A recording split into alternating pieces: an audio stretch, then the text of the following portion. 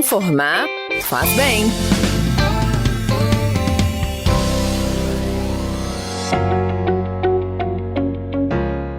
Olá, o Informar Faz Bem está no ar. Este é o podcast da Unimed BH para toda a imprensa.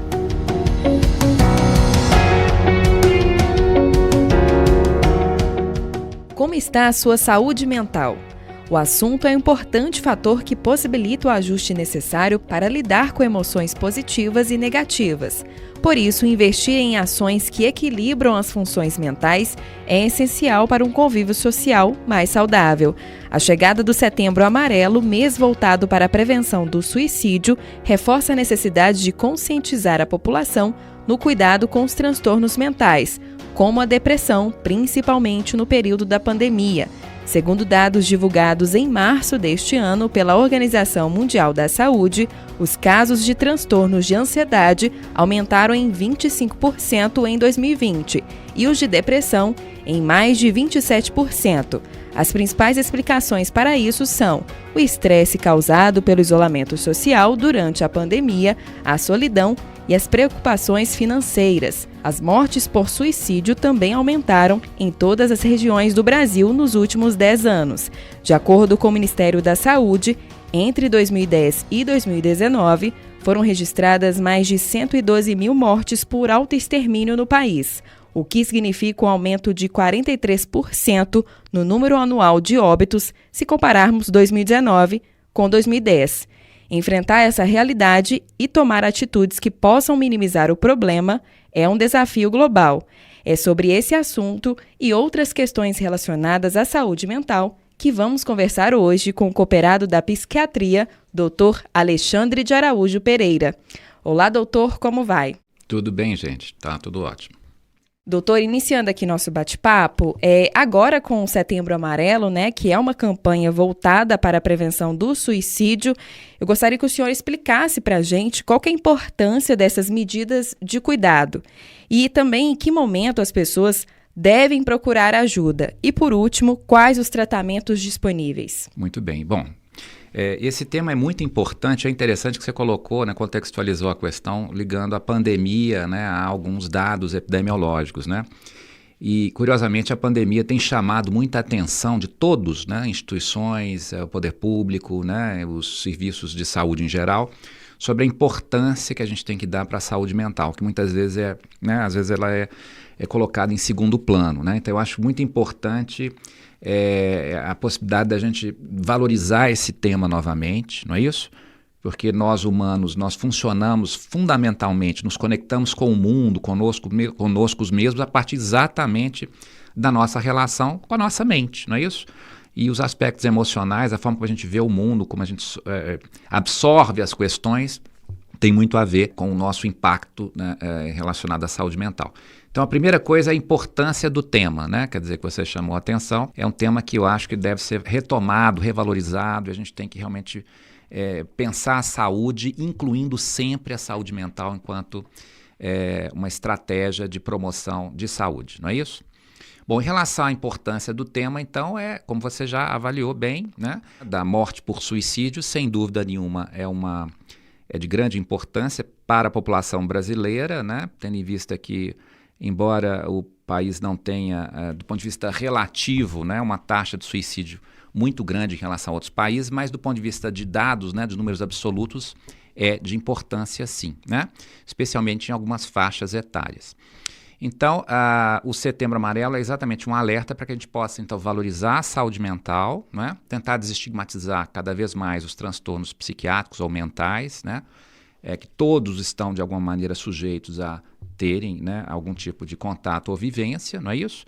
Para que a gente possa, então, ter uma conduta preventiva, ou seja, identificar sinais de alerta para que a gente possa atuar de maneira mais precoce possível, evitando, então, as mortes por suicídio, não é isso? Certo. Inclusive, doutor, é preciso falar sobre suicídio, Inclusive, a Organização Mundial da Saúde afirma que é necessário, sempre falar sobre o assunto.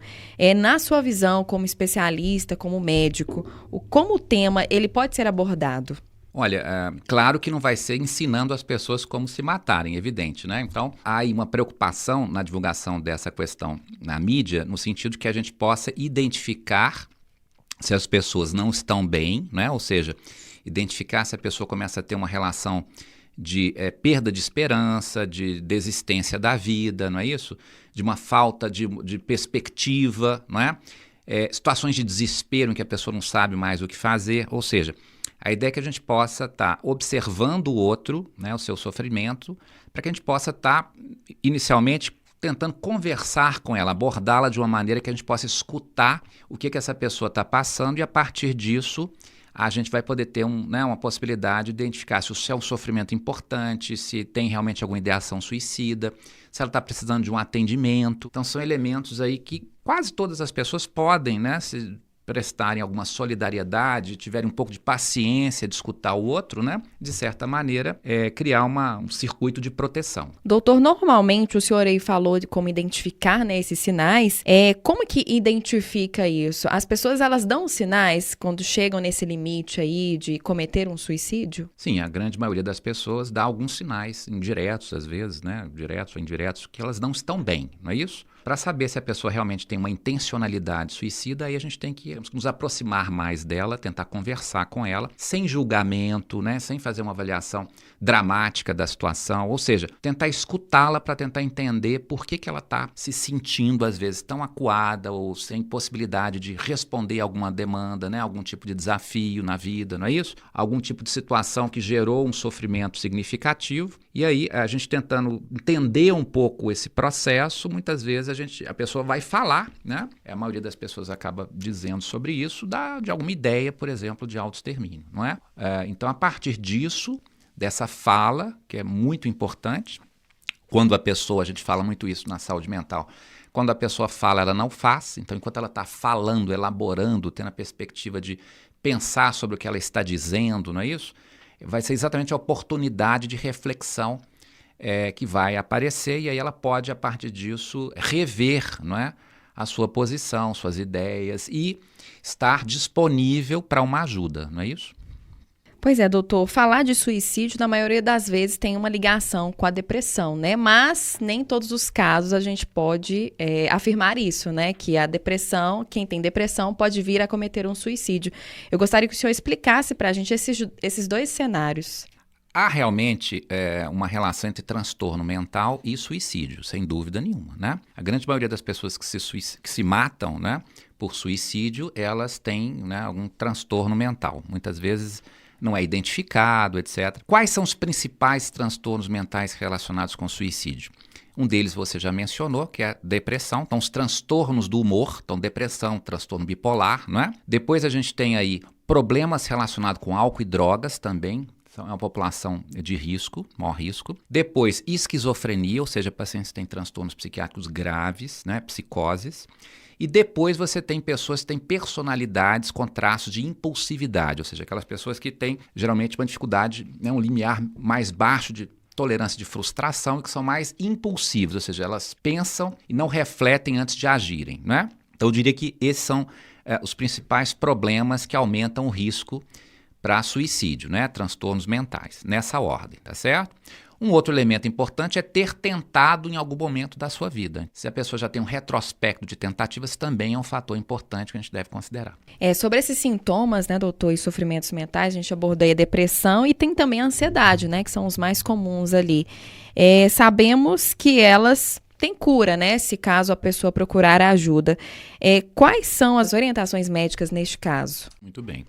Bom, então a primeira coisa que a gente tem que fazer é um recorte entre o que é normal e o que a gente não considera que é anormal ou passível ou necessário de tratamento, não é isso? Então, ansiedade, por exemplo, você falou bem, quer dizer, talvez seja o transtorno psiquiátrico mais comum, não é? Mas ansiedade até um determinado ponto ela é normal, não é isso? Então a ansiedade ela é importante, inclusive, para a nossa sobrevivência. A gente tem um pouquinho de ansiedade, nos deixa mais alerta, mais ligados, mais atentos, mais focados, não é isso? O grande problema é quando essa ansiedade começa a ficar muito intensa, não é? E apresenta picos de intensidade, começa a gerar muito sofrimento, ou quando também ela é crônica, ou seja, começa a ficar arrastada e isso começa a gerar também um sofrimento a longo prazo. Então, nesse sentido, a ansiedade deve ser abordada, né? E aí você pode abordá-la com vários elementos. A gente pode abordá-la do ponto de vista dos medicamentos, né, dos psicofármacos, não é isso? Que são muito eficazes para a redução de ansiedade, mas também nós temos que fazer uma reflexão sobre como é que está a nossa vida, nosso ritmo de vida, né, que hoje é um problema, a gente ter um gerenciamento adequado, um equilíbrio do ritmo de vida, não é isso? Equilibrar aí trabalho, lazer, vida social, relação interpessoal. Então, isso muitas vezes é que vai gerar uma intensidade de ansiedade em que a pessoa geralmente vai se localizar ali e ela precisa fazer, às vezes, uma revisão sobre esse aspecto, não é isso? Psicoterapias também, não é? Atividade física é uma coisa que pode ajudar muito, né, na ansiedade.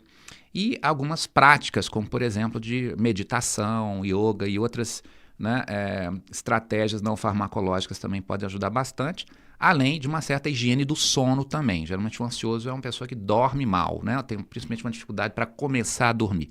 Então a gente trabalhar também um pouco essa higiene do sono é muito importante.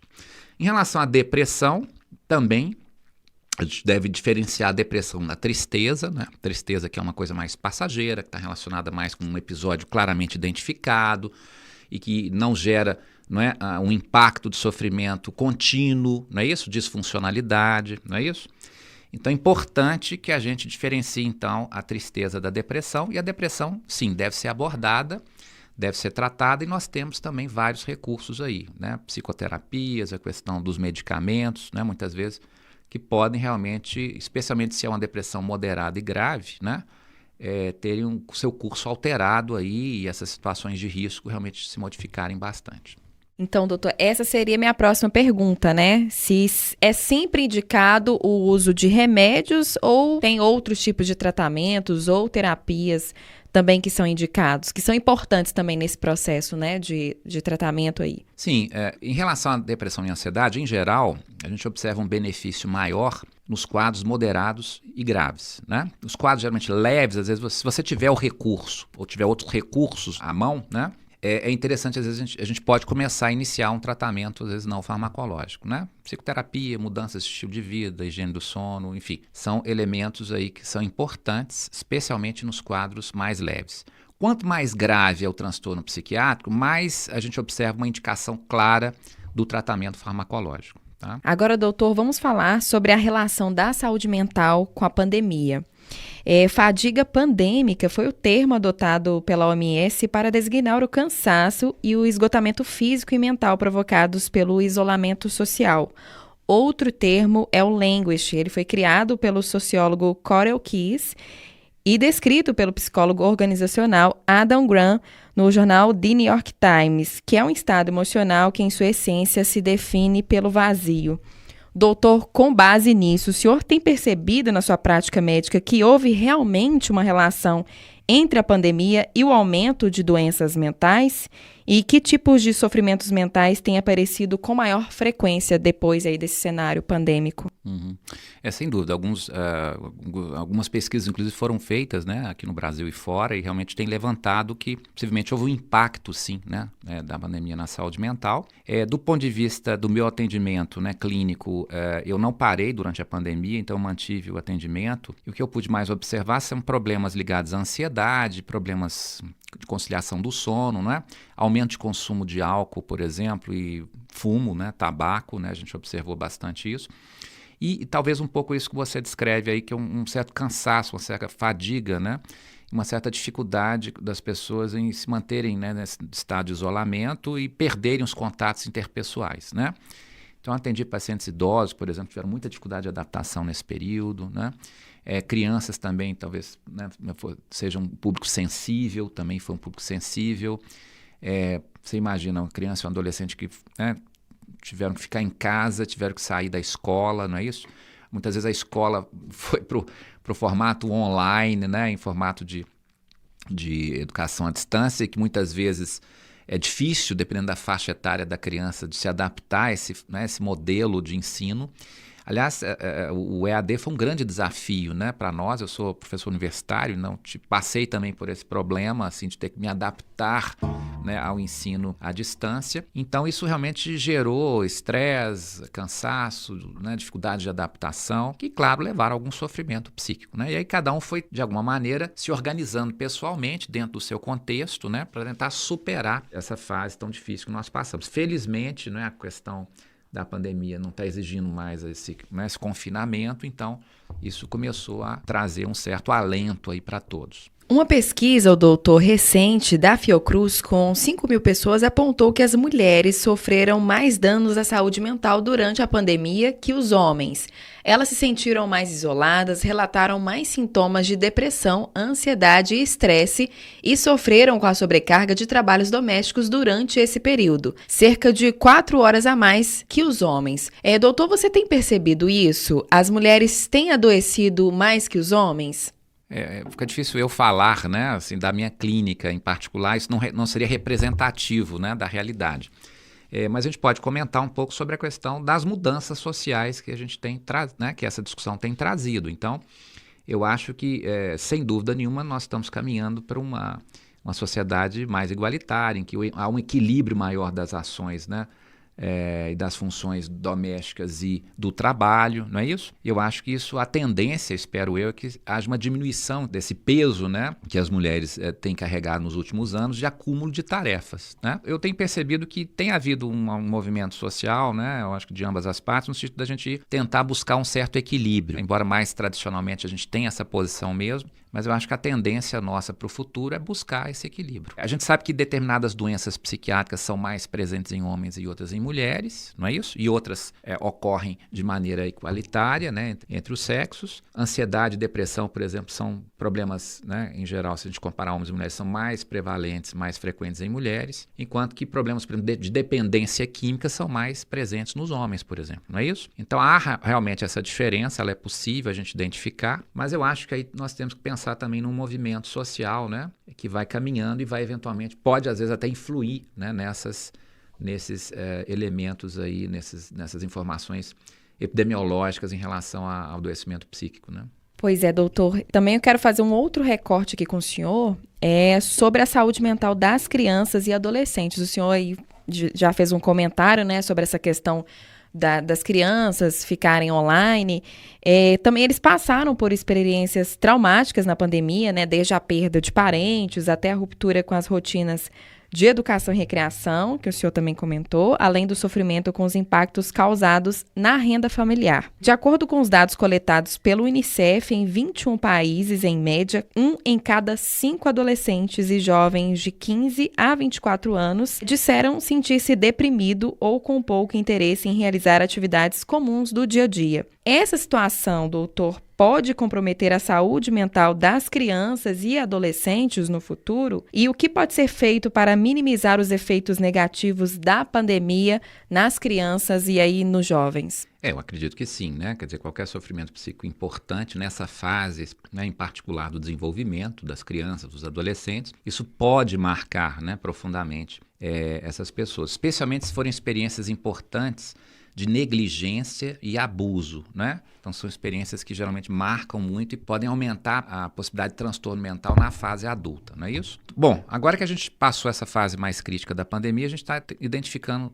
né, algumas consequências desse processo. Então, por exemplo, retorno para as aulas, que é uma coisa que às vezes a gente tem observado, alguns alunos têm tido dificuldade de readaptação, por exemplo, ao retorno às aulas, né? Curiosamente, né, seria uma expectativa de que eles estivessem muito bem, né, para o retorno, mas algumas pessoas com características assim, têm maior dificuldade de convivência social, etc., podem achar que o ensino online seja mais confortável, né? Então, dependendo das características da pessoa, pode ser que ela tenha passado por um período até de certo conforto. E agora, voltando às aulas, voltando ao convívio social, isso gera uma demanda de interação social que é sempre exigente, né? Interagir com as pessoas não é uma coisa fácil, não é isso?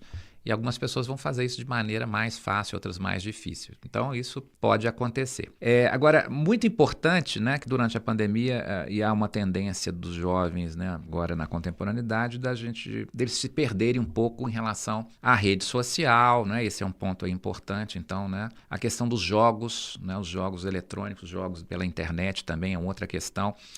É muito sensível e a gente tem que tomar muito cuidado aí com essa questão, né? Há uma tendência de alguns jovens se refugiarem nessas atividades, que são atividades de gratificação muito rápida, jogos e rede social, etc. A rede social com um certo, inclusive, perigo, no sentido de uma hiperexposição, né, ou de criação de discussões, às vezes, que não são adequadas, às vezes, a determinada faixa etária, as pessoas, às vezes, não estão maduras para presenciar, né, participar de algumas discussões, e o próprio bullying, que é feito, né, atualmente, inclusive, usando as redes sociais, que são, às vezes, devastadoras, não é isso? Devastadoras em relação ao grau de exposição que a pessoa fica. Então, eu diria que, assim, muito cuidado, né? A gente precisa ter agora, e aprendemos um pouco com essa pandemia, é exatamente fazer com que a gente possa, então, manter o jovem num período, né, como esse, interagindo sem mediação de rede social e de jogos e, né, elementos eletrônicos, para que você possa manter um vínculo pessoal, interpessoal, né, muito importante. E o excesso de exposição, né, também que a gente deve evitar para que a gente possa, de alguma maneira, preservar um pouco a saúde mental desses jovens. Já que o senhor abordou esse ponto de saúde mental, né, doutor? Essa exposição é muito crianças, jovens, né, que ficam ali o dia inteiro ali conectados, né? Quais consequências que isso pode trazer para a saúde mental? E como reverter esse hábito, né, e fazer com que esse jovem, esse adolescente, diminua o tempo nas redes sociais, no celular? Isso tem sido difícil, realmente não é fácil, mas a gente tem que criar situações em que o celular, especialmente se é uma criança mais jovem, né, tem menos autonomia. Quanto mais jovem, menos tempo ela deve ficar em rede social e com o celular, né? Então, na medida que você vai amadurecendo, vai crescendo, vai se desenvolvendo, aí você vai tendo mais autonomia para lidar com isso de uma maneira mais crítica, não é isso?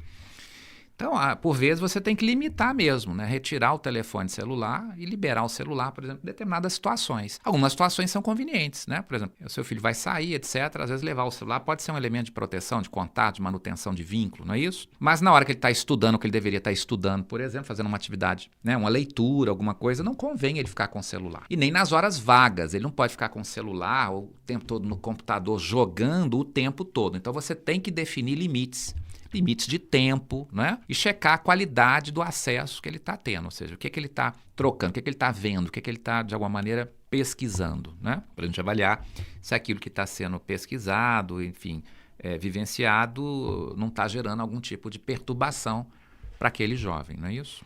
Certo, doutor. Agora por parte aí da sociedade aí que tem esses problemas de transtornos mentais, o senhor acha que ainda há resistência por parte delas? E como que a gente pode quebrar essa barreira, né, da pessoa precisar de uma ajuda, mas ainda ter aquela resistência em procurar um auxílio médico? Eu acho que essa barreira tem sido quebrada, ela está diminuindo, né? A gente tem trabalhado muito aí, processo de reforma assistencial psiquiátrica nos últimos 30 anos tem buscado essa discussão, né? Que é exatamente essa possibilidade de que algum sofrimento psíquico que gere um transtorno, né, mental possa ser abordado como qualquer outra doença, não é isso? Ainda a gente sabe que tem alguma estigmatização, sim, porque a gente fica supondo que a pessoa vai perder as características, né, sociais, de trabalho, interacionais, isso gera um certo medo, mas eu, por exemplo, eu lido com formação de alunos, né, de profissionais da saúde, né, por exemplo, cursos de medicina, e eu tenho formado pessoas nessa área.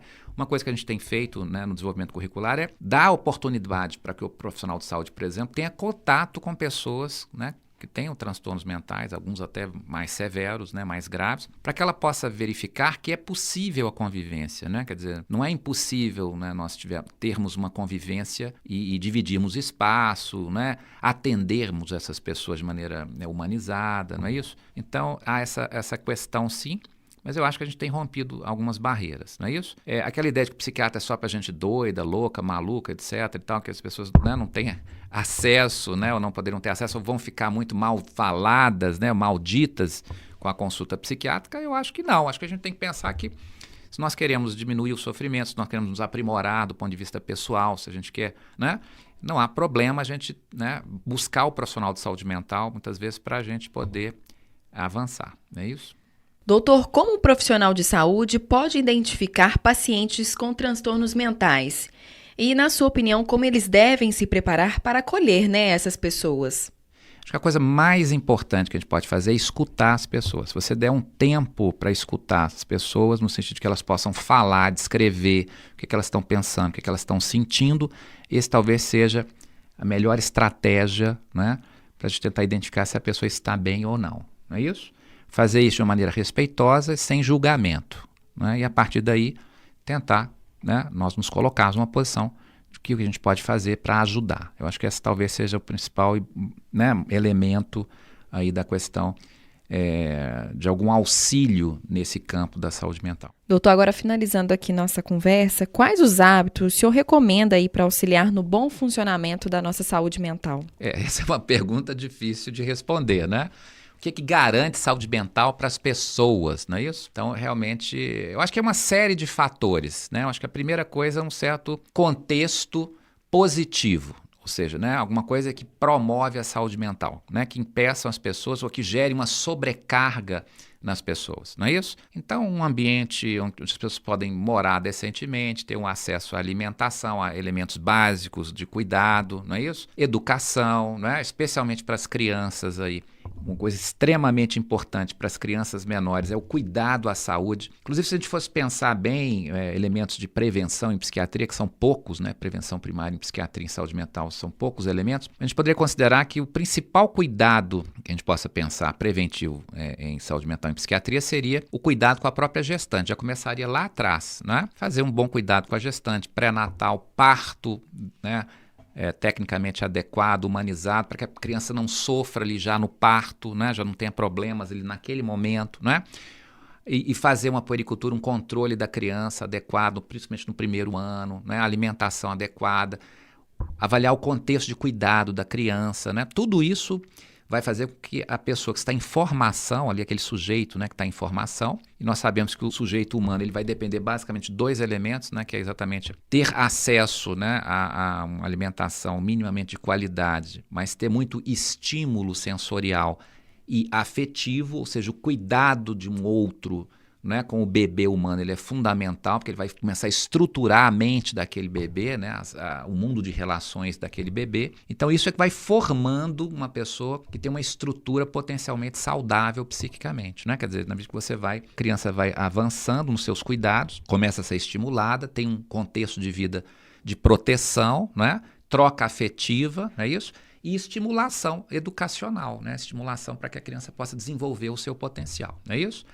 A partir daí, aí a gente pode pensar no jovem, no adulto, né, no idoso, no sentido de que em cada ciclo de vida ele possa ir desenvolvendo estratégias e habilidades de convivência, não é isso?